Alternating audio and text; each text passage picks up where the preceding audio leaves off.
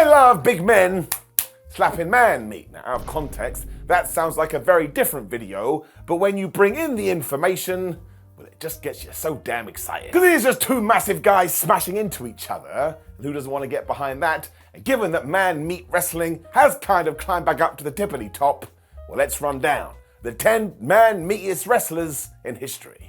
What the flub are we doing? Number 10, Big E. So even if he wasn't worthy of this list, but he absolutely is, I would still find a way to get Big E in here, because of course it was he that started talking about man meat. He dropped this wisdom bomb when he was doing the much missed New Day podcast, as he told Kofi Kingston and Xavier Woods, you can take your 5-star classics and your flippy dippy doodah matches. I just want to see two big meaty men slapping meat. He even talked about big chests and big muscles being his favourite thing, which is why it should come as no surprise that if Big E could pick his dream match, he would pick none other than Goldberg. So my word, do I need that in my life, and maybe one day we will get it. I do kind of understand where he was coming from here, because Vince McMahon had been so obsessed with this back in the day, we kind of ruined this concept, and Big E was like, nah, let's bring it back. He was right. Long may this continue as well, because look, I want all stars of wrestling, but I definitely want this one.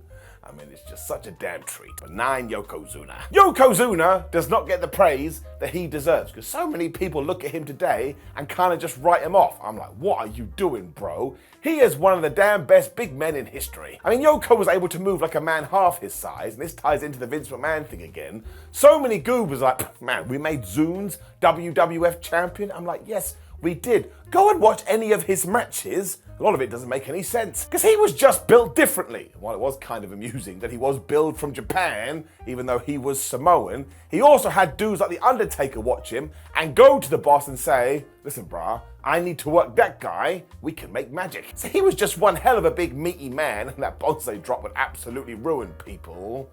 Very sadly, Rodney Anawai did pass away way too soon. He's been missed ever since. Number 8, Rusev. Or Miro, you can pick your poison, but if you've watched any of my videos, you know I love this guy. And why? Because he slaps me. Now, as ever, there is more to this, because Miro is hilarious. Do you remember when we had that feud between him and Lana and Dolph Ziggler and Summer Rae? That was not the best executed thing, but Rusev, as he was back then, was so damn funny, he went out of his way to make it work. He kind of transcends all of this too, because if you do go back to that era, he has more man meat than he has now, because he decided, nah brah, I'm gonna get all lean and all jacked, so now he represents the two spectrums of man meatiness. What? Miro also just has this aura that when he does arrive, you know he's gonna flub somebody up. And don't forget, at All Out 2023, every single fan knew this and basically put him on the meaty throne, because everybody kept chanting, meat. And they weren't talking about the guy from WCW. The man can also play old school heel and wonderful new age babyface, so he just has it all in his tank.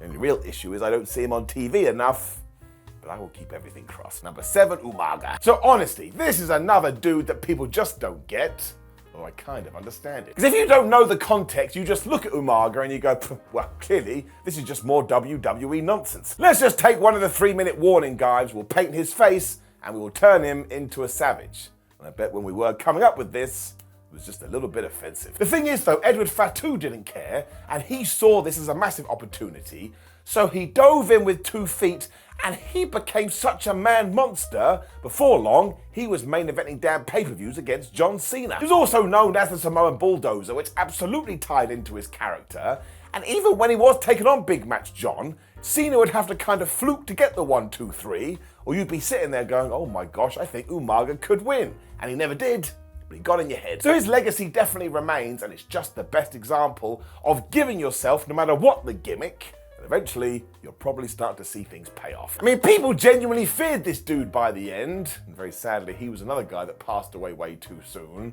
But go and honor his memory by watching one of his matches today, and I bet you have a good time. Number 6, Akeem. So this was a dumb gimmick, and probably most definitely was just taking shots at Dusty Rhodes. What a waste of time. I'm sure the one-man gang must have been absolutely astounded when he was told this. Then again, it kind of ties into the last entry. Because even though Vince McMahon also made him dance, my gosh, when the bell did go ding, ding, ding, Akeem was like, well, I know what I'm able to do, I know what I'm capable of, and he would just run through fools. The real smart choice is that we paired him up with the big boss man, Ray Traylor, another guy that could just move around the ring, even though he was massive. And when the pair of them get going, well, you know the deal. It was big men slapping man meat, but you were totally mesmerized by it. As he did get this new gimmick too, McMahon was desperate to push him, meaning he was able to destroy other wrestlers, and this was the era when all of our sports entertainers were massive. So at the end of the day, everybody just respected the hell out of Akeem, kinda. And the only real downfall, again, was this humorous side, because if you had created him in 2023 and done it right, he probably would have been a damn champion. It also served very well given the era he was in there, because without wanting to tread on too many toes, Akeem just looked like a giant, as opposed to a chemically enhanced monster. I mean, really, he was just happy to get deep down in the mud and smash it. I love it. Number 5, the natural disasters. So what keeps me up at night sometimes is that if you watch wrestling at the wrong time, you will think that John Tenta was nothing more than Shark in WCW, and that Fred Ottman was nothing more than the Shockmaster. That ain't fair. This is because their proper run came as Earthquake and Typhoon, the natural disasters, and even though they were once enemies, they then came together, I'm just gonna say it straight, became one of the best tag teams nobody talks about anymore. I mean, they terrified the fans to such a degree, soon they were being booked against Hulk Hogan, and once again you had dudes going, well look, there's no way Earthquake is gonna get the 3, but what if he does? I honestly feel like before long in the WWF they were on the same level as the Legion of Doom, and because they were so good at what they did, they became mega popular, they went babyface, and they became the tag team champions. Yes! And when you do go through the history books, this run was actually pretty short. Doesn't that just sum it up? They maximize their minutes. We shall remember them forever. As the natural disasters, what was those 2 stupid other gimmicks? Number 4, Braun Strowman. So going back to WrestleMania, where Braun Strowman did team up with Ricochet, and they had that excellent tag team match. I mean, this was just a very good example of how to go crazy with man meat, while also having a little enlarged tag team. Because you needed both guys to play their roles perfectly. When you do go through it, that's essentially what Braun has been doing since day one. Because he was so large he barely spent any time in NXT when he had his Wyatt family run, when he was put in a feud with Roman Reigns, and he spent 75% of the time flipping mother-flapping vehicles. I mean, why wouldn't he do that? And Strowman is so over the top in this character. These days, he would even go outside the ring, pretend he is quite literally a train, and run people over. And that shouldn't work, but again, he's committed, it does. I mean, down the line, if he was going to go mega bad guy again, he would just be the perfect foil for somebody like Cody Rhodes. How will he overcome these insurmountable odds? And then he will. Somewhat surprisingly too, his release from the company in 2021 actually did him the world of good, because when he did come back the following year, well, he just felt better than ever. Long may this continue, because again, if you haven't understood what this list is all about, I am supporting man meat. Number 3, Bam Bigelow. I tell you who was the man back in the day too. This guy. Now, such was the impressive nature of Bam Bigelow, Paul Heyman built an entire show around him, and you are never going to be able to understand this unless you were around at the time.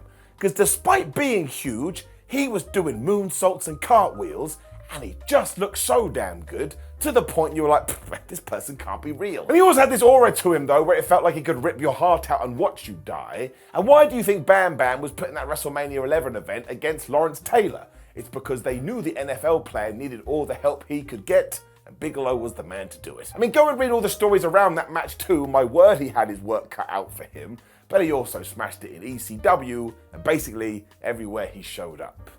Is another sad tale, because he did pass away way too soon. But if you were talking about all-time big men, you gotta talk about Bam Bigelow. Number 2, Vader. Or you may pick this guy instead. I mean, following a very similar path to Bigelow, Vader just went everywhere and totally smashed it, and he too was doing moonsaults and just moving around the ring like a butterfly. And you'd watch it and be like, well, someone better explain this to me. It's like eating tomatoes and chocolate. Nobody should be doing it. His first success came over in Japan too, where he was presented like a right killer. Seriously, go and watch this today. He turns up, he faces Antonio Inoki, who never loses, and he beats him in seconds. And survey the crowd after this. They actually can't believe it. He was also so easy to buy into, mostly because he did potato people a lot of the time. And the only really sad tale is that when he went to WWF after loads of success, they treated him terribly, and even had him come out on TV once and go, oh, I'm nothing more than a fat piece of shit. That's the point, it's what we wanted. Now I'm going to assume it's because this gimmick was successful elsewhere before he did get to the World Wrestling Federation. And again, you know the deal. For some reason, Vince McMahon always had a problem with that. Still, be it in WCW or New Japan, Vader just went everywhere and racked up multiple world title wins. One of the best, mightiest, meatiest men ever. Number 1, Mark Henry. Which brings us to number 1. That's right. Not enough is said about how easily Mark Henry was able to throw giants around, and The Undertaker even tells a story when they were on a tour bus and there was another vehicle blocking their path, so Mark just got out of the thing and he moved it with his bare hands. Now, I'm sure there's some exaggeration to that, but just go and do some reading on the internet. There are many a tale like this. Mark Henry was so damn strong. I mean, he was the world's strongest man. It's fair to say it took a while before it all clicked, but when he did do that fake retirement in 2013 and then went to beat John Cena for the World Heavyweight Championship, he never looked back. He went on that Hall of Pain run, and yeah, he totally made a name for himself. We always made sure that he did these feats of strength on TV too, and that no, we haven't gimmicked this. And if you need more proof, go and watch his matches with The Big Show. He picks Paul White up like he's a child. I did my research, he ain't no kid. It's why when he jumped to AEW in 2021, most people were just happy for him, and he does continue to tease one last match. So I would do Mark Henry versus Powerhouse Will Hobbs, and then we can all sit down and look to the skies and cry out, well, that was one hell of a big man slapping man meat match. And in case you hadn't figured it out, I really like big men slapping man meat. And big women slapping meat. Just some form of wrestler slapping some meat. That's what wakes me up in the morning. Is that a weird thing to say? Yes, it is. Goodbye.